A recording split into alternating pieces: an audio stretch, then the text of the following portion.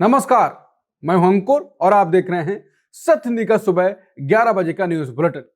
सीजे सूर्यकांत की एक टिप्पणी पर फिर हंगामा हो गया है। देश के पर्यावरणविद भड़क उठे हैं और खुला खत भी लिख दिया है। यही नहीं, बंगाल में चुनाव हारते ही क्या ममता बनर्जी की पार्टी बिखरने लगी है, क्योंकि 100 से ज्यादा पार्षदों ने इस्तीफा दे दिया है। और इसके अलावा ममता के खिलाफ भी एक मामले में एफआईआर दर्ज हो गई है। और आखिर अमेरिका में क्यों फिर उठने लगी पाकिस्तान की मध्यस्थ की भूमिका के खिलाफ आवाज। बुलेटिन में जानेंगे देश और दुनिया की बड़ी खबरें। पहले जान लेते हैं 5 बड़ी खबरें। सीजे सूर्यकांत की विकास विरोधी टिप्पणी पर पर्यावरणविदों ने जताई आपत्ति, लिखा पत्र। ममता बनर्जी के खिलाफ एफआईआर, सनातन धर्म पर विवादित टिप्पणी का आरोप। टीएमसी में बगावत, 100 से ज्यादा पार्षदों ने दिया सामूहिक इस्तीफा। कर्नाटक के मुख्यमंत्री सिद्धरामैया को क्या आलाकमान भेजेगा राज्यसभा, सस्पेंस बरकरार। कर्नाटक के हासन में मुस्लिम संगठनों ने किया पशुओं की खरीद का बहिष्कार, किसान हुए परेशान। अब शुरुआत करते हैं सीजे सूर्यकांत की टिप्पणी पर फिर हुए विवाद से। सुप्रीम कोर्ट के मुख्य न्यायाधीश सूर्यकांत की एक टिप्पणी पर देश में विवाद खड़ा हो गया है। कर्नाटक के एक बड़े पर्यावरण संगठन ने चीफ जस्टिस को एक कड़ा पत्र लिखा है। इस पत्र में अदालत से पर्यावरणविदों पर की गई मौखिक टिप्पणी वापस लेने की मांग की गई है। दरअसल गुजरात के पीपावाव पोर्ट मामले की सुनवाई के दौरान चीफ जस्टिस ने एक बड़ी टिप्पणी की थी। उन्होंने कहा था कि पर्यावरण कार्यकर्ता देश के हर विकास प्रोजेक्ट को अदालत में खींच लाते हैं। कोर्ट के मुताबिक ये लोग किसी भी प्रोजेक्ट का कभी स्वागत नहीं करते हैं। अब इस बयान पर पर्यावरण संगठनों ने अपनी गहरी नाराजगी जाहिर की। उनका कहना है कि वो देश के विकास के बिल्कुल भी खिलाफ नहीं है, वो सिर्फ गैर कानूनी और पर्यावरण को नुकसान पहुंचाने वाले कामों का विरोध करते हैं। पत्र में भारतीय संविधान के अनुच्छेद 51A का भी हवाला दिया गया। इसके मुताबिक पर्यावरण की रक्षा करना देश के हर नागरिक का संवैधानिक कर्तव्य है। पर्यावरणविदों का कहना है कि ऐसी टिप्पणियों से समाज में उनकी छवि खराब होती है, इसलिए सुप्रीम कोर्ट को अपने इन शब्दों पर दोबारा विचार करना चाहिए। ममता बनर्जी के खिलाफ सिलीगुड़ी में एफआईआर दर्ज कर ली गई है। उन पर आरोप है कि पिछले साल ईद पर सनातन धर्म के खिलाफ विवादित टिप्पणी की थी। यह कानूनी कार्रवाई सिलीगुड़ी के साइबर पुलिस स्टेशन में एक वकील की शिकायत पर की गई है। शिकायत में आरोप लगाया गया है कि ममता बनर्जी ने पिछले साल कोलकाता में एक बयान दिया था। उन्होंने ईद के कार्यक्रम में कथित तौर पर सनातन धर्म को लेकर कुछ गलत शब्द कहे थे। शिकायत में सिंह ने आरोप लगाया, जो वकील हैं, कि टीएमसी सुप्रीमो ने सनातन धर्म को कथित तौर पर गंदा धर्म कहा, जिससे करोड़ों श्रद्धालुओं की धार्मिक भावनाओं और आस्था को गहरी ठेस पहुंची। आरोप यह भी है कि उन्होंने विधानसभा चुनाव प्रचार के दौरान डराने और धमकाने वाली भाषा का इस्तेमाल किया था। इससे पहले बीजेपी के बड़े नेता यानी कि सीएम शुवेंदु अधिकारी ने भी सोशल मीडिया पर उन पर तीखा हमला बोला था। उन्होंने ममता बनर्जी पर धर्म के नाम पर नफरत फैलाने और तुष्टीकरण की राजनीति करने का आरोप लगाया था। फिलहाल इस एफआईआर के दर्ज होने के बाद बंगाल का सियासी पारा एक बार फिर बहुत गर्म हो गया है। बंगाल चुनाव में हार के बाद तृणमूल कांग्रेस यानी टीएमसी में बड़ा सियासी भूचाल आ गया है। पार्टी के भीतर की अंदरूनी कलह पूरी तरह खुलकर सामने आ चुकी है। टीएमसी के 100 से ज्यादा पार्षदों ने एक साथ अपने पदों से इस्तीफा दे दिया। इतना ही नहीं, बारासात की सांसद काकोली घोष ने भी बगावती तेवर अपनाए हैं। उन्होंने खुलकर अपना असंतोष जताते हुए जिला अध्यक्ष पद से इस्तीफा दिया। सबसे बड़ा झटका तब लगा जब काकोली घोष समेत 6 विधायक एक बैठक में पहुंचे। ये बैठक बंगाल के नए मुख्यमंत्री शुवेंदु अधिकारी की प्रशासनिक समीक्षा के लिए बुलाई गई थी। चुनाव में ममता बनर्जी की करारी हार के बाद इस बैठक के कई मायने निकाले जा रहे हैं। नेता अब अपनी ही पार्टी को छोड़कर बीजेपी सरकार के करीब जाते दिखाई दे रहे हैं। फिलहाल इस बगावत के बाद टीएमसी को बंगाल में संभालना बहुत मुश्किल होता जा रहा है। कर्नाटक में मुख्यमंत्री की कुर्सी पर सस्पेंस बना हुआ है और सूत्रों के हवाले से खबरें चलाई जा रही हैं कि सिद्धरामैया को दिल्ली से राज्यसभा का ऑफर मिला है। इस नए प्रस्ताव के बाद कर्नाटक में नेतृत्व बदलाव की अटकलें बहुत तेज हो गई हैं। सिद्धरामैया इस पूरे मामले पर अपना आखिरी फैसला आने वाली 28 मई को सुना सकते हैं। उधर उप मुख्यमंत्री डीके शिवकुमार लंबे समय से मुख्यमंत्री बनने की उम्मीद लगाए बैठे हैं। हालांकि कांग्रेस पार्टी आधिकारिक तौर पर नेतृत्व बदलाव की खबरों को केवल अफवाह बता रही है। पार्टी के बड़े नेताओं का कहना है कि दिल्ली में सिर्फ भावी उम्मीदवारों पर चर्चा हुई है, लेकिन इसके बावजूद दिल्ली में दोनों गुटों के नेताओं के बीच बैठकों का दौर जारी है। मल्लिकार्जुन खड़गे और राहुल गांधी ने सिद्धरामैया के साथ कई दौर की सीधी बातचीत की है। सिद्धरामैया कांग्रेस के इकलौते और बेहद मजबूत पिछड़े वर्ग के मुख्यमंत्री हैं। इसलिए आलाकमान उनकी मर्जी के बिना उन पर कोई दबाव नहीं बनाना चाहता है। फिलहाल दिल्ली में कर्नाटक के कई मंत्री और विधायक किसी बड़े फैसले के इंतजार में डटे हुए हैं। कर्नाटक के हासन जिले में बकर ईद से पहले मवेशी बाजार में भारी तनाव फैल गया। यहाँ के स्थानीय पुलिस मुस्लिम संगठनों ने पशुओं को खरीदने से पूरी तरह मना कर दिया। इस फैसले की वजह से स्थानीय डेयरी किसानों की मुश्किलें बहुत ज्यादा बढ़ गई। नाराज किसानों ने अपने पशुओं को सीधे जिलाधिकारी दफ्तर ले जाने की चेतावनी दी। दरअसल पिछले हफ्ते ही दक्षिणपंथी कार्यकर्ताओं ने मवेशियों से भारी गाड़ियां थी उन्हें रुकवाया था। उन गाड़ियों से पशुओं को जबरन जब्त कर गौशाला भेज दिया गया था। इसके बाद मुस्लिम समाज को डराने वाले कई विवादित पोस्टर भी लगाए गए। इन पोस्टरों में पशु खरीदने पर घर गिराने की सीधी धमकी भी दी गई थी। इस डर की वजह से इस मंगलवार बाजार में कोई खरीदार नहीं पहुंचा। खरीदार न होने से किसान अपनी गाय भैंस बेचने के लिए परेशान घूम रहे हैं। किसानों को खेती के लिए खाद और बीज खरीदने के लिए तुरंत पैसों की जरूरत है। पुलिस का कहना है कि घर गिराने की धमकी वाले पोस्टर पूरी तरह फर्जी हैं। फिलहाल मामले की जांच जारी है, लेकिन बाजार में तनाव अब भी बना हुआ है। बता दें, इससे पहले पश्चिम बंगाल में भी ऐसी ही खबरें आई थी। खबरें अभी और भी हैं जिन्हें आपको जानना चाहिए, लेकिन उससे पहले सत्य हिंदी को लेकर एक सूचना भी।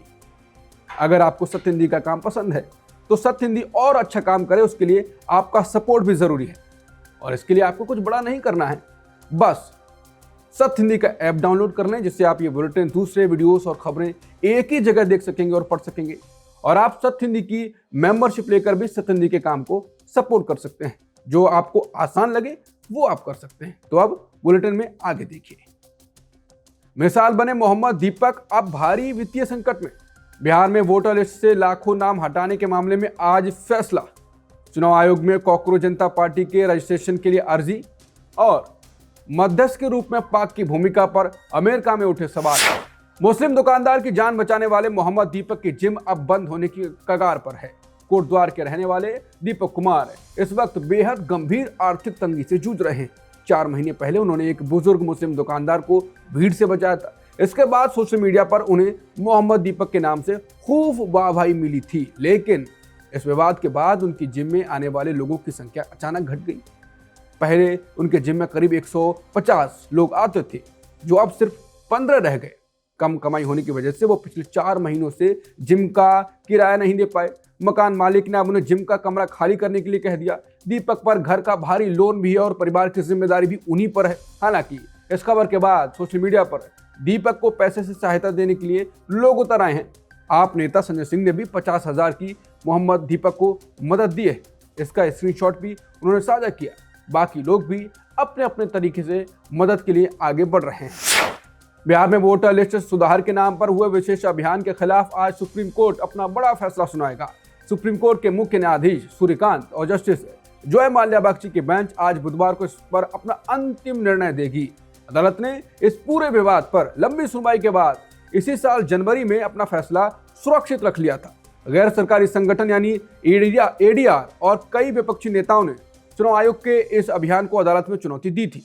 याचिकाओं में आरोप लगाया गया था कि चुनाव आयोग बिना किसी ठोस वजह के खुद ही लोगों की नागरिकता तय करने लगा है। आरोप है कि इस नए नियम की वजह से बिहार के करीब 65 लाख वैध वोटर्स के नाम वोटर लिस्ट से काट दिए गए थे। हालांकि सुनवाई के दौरान सुप्रीम कोर्ट ने हस्तक्षेप करके पहचान के सबूत के तौर पर आधार कार्ड को भी लिस्ट में शामिल करवाया था। अब देखना होगा कि आज आने वाले फैसले का देश के दूसरे राज्यों में चल रहे ऐसे अभियानों पर क्या असर पड़ता है। हरियाणा के वकील ने चुनाव आयोग में कॉकरोच जनता पार्टी के रजिस्ट्रेशन के लिए अर्जी दे दी है। हरियाणा के पानीपत के रहने वाले वकील सुधीर जाखड़ ने इसके लिए आवेदन किया। दरअसल इस अनोखी पार्टी की शुरुआत सोशल मीडिया पर एक मजाक के रूप में हुई। इसे अमेरिका के बोस्टन में रहने वाले अभिजीत दीपके ने एक डिजिटल प्लेटफॉर्म बनाया था, लेकिन अभिजीत का इस वक्त भारत आना मुमकिन नहीं, इसलिए उनके वकील दोस्त सुधीर जाखड़ ने इसे असली राजनीतिक पार्टी बनाने का बीड़ा उठाया। सुधीर खुद एक छात्र नेता रहे हैं और किसानों के आंदोलन से भी जुड़े रहे हैं। उन्होंने अपनी पार्टी को पूरी तरह जनता के अधिकारों के प्रति समर्पित बताया। उनके मुताबिक ये पार्टी पर्यावरण, पशु कल्याण और सुशासन के लिए काम करेगी। इसके साथ ही ये नागरिकों को उनके संवैधानिक कर्तव्यों के प्रति भी जागरूक करेगी। इस सिलसिले में सुधीर बुधवार को चुनाव आयोग में कुछ और जरूरी दस्तावेज जमा करेंगे।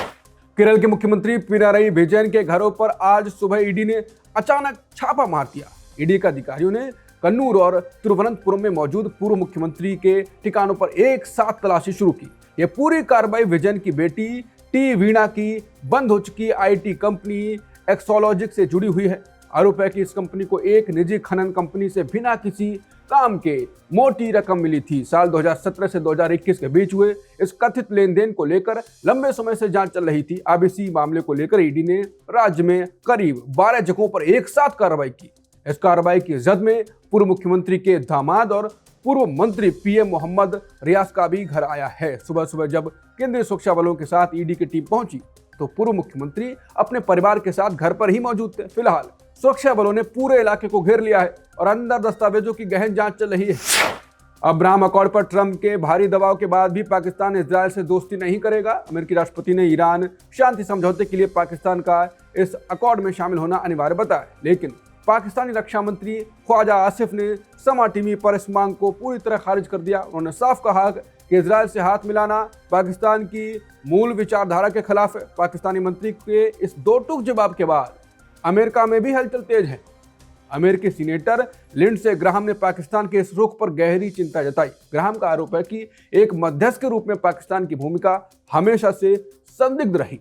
उन्होंने कहा कि इस बात से भी इनकार नहीं किया जा सकता कि ईरान के सैन्य विमानों को पाकिस्तानी एयरबेस पर रखा जा रहा है और अतीत में पाकिस्तान के शीर्ष अधिकारियों द्वारा इजरायल के खिलाफ दिए गए बयान बेहद परेशान करने वाले रहे।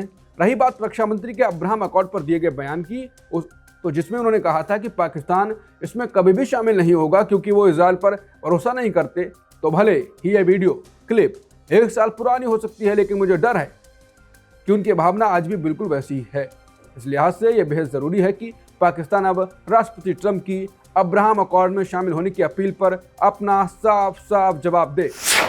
भारत बांग्लादेश सीमा पर अवैध घुसपैठ की आशंका को लेकर सुरक्षा बढ़ा दी गई। बांग्लादेश के सीमा सुरक्षा बलों ने बॉर्डर पर अचानक गश्त तेज कर दी। इसके साथ ही सीमावर्ती इलाकों में लाउड स्पीकर से लोगों को जागरूक किया जा रहा है। बांग्लादेश का आरोप है कि भारत अवैध रूप से लोगों को उनकी सीमा में धकेल रहा है। दरअसल भारत सरकार ने घुसपैठ को रोकने को अपनी सबसे बड़ी प्राथमिकता बताया है। इसी सिलसिले में भारत ने बांग्लादेश को 2800 से ज्यादा संदिग्धों की लिस्ट सौंपी है। भारत चाहता है कि बांग्लादेश इन सभी लोगों को की जो नागरिकता है उसकी तुरंत जांच करे। इस बड़ी कार्रवाई के बाद बांग्लादेश के ब्राह्मणबाड़िया जिले में अलर्ट जारी कर दिया गया है। वहां के सैनिक कमांडर ने ग्रामीणों से हर संदिग्ध हलचल पर नजर रखने को कहा है। सीमा पर इंसानी तस्करी और ड्रग्स की तस्करी रोकने के लिए खुफिया एजेंसियां भी मुस्तैद हैं। फिलहाल इस पूरे मामले पर भारत के विदेश मंत्रालय ने अभी कोई आधिकारिक बयान नहीं दिया। अमेरिका के नए हमलों से ईरान के साथ चल रहा सीजफायर टूट गया है। ईरान ने आरोप लगाया है कि अमेरिकी सेना ने उसके ठिकानों पर बमबारी की। ईरान के विदेश मंत्रालय ने इसे शांति समझौते का खुला उल्लंघन बताया। हालांकि अमेरिका का कहना है कि यह हमला सिर्फ आत्मरक्षा में किया गया था। इस नए विवाद से दोनों देशों के बीच जारी शांति वार्ता को बड़ा झटका लगा। उधर दूसरी तरफ इजरायल ने भी लेबनान पर एक ही दिन में 120 से ज्यादा बम गिराए। ईरान चाहता है कि किसी भी शांति समझौते से पहले लेबनान पर हमले तुरंत रुकें। अमेरिकी विदेश मंत्री मार्को रूबियो का कहना है कि समझौते में अभी कुछ दिन और लगेंगे। इस बीच ईरान की रेवोल्यूशनरी गार्ड्स ने अमेरिका का एक ड्रोन मार गिराने का दावा किया। उन्होंने साफ कहा कि वो अमेरिका के इन हमलों का बदला जरूर लेंगे। इस ताजा तनाव की वजह से अंतर्राष्ट्रीय बाजार में तेल की कीमतें फिर से बढ़ गई हैं। सुबह 11 बजे के बुलेटिन में इतना ही। बाकी खबरों के लिए बने रहिए सत्य हिंदी के साथ। दोपहर 2 बजे मिलते हैं नए बुलेटिन के साथ। नमस्कार।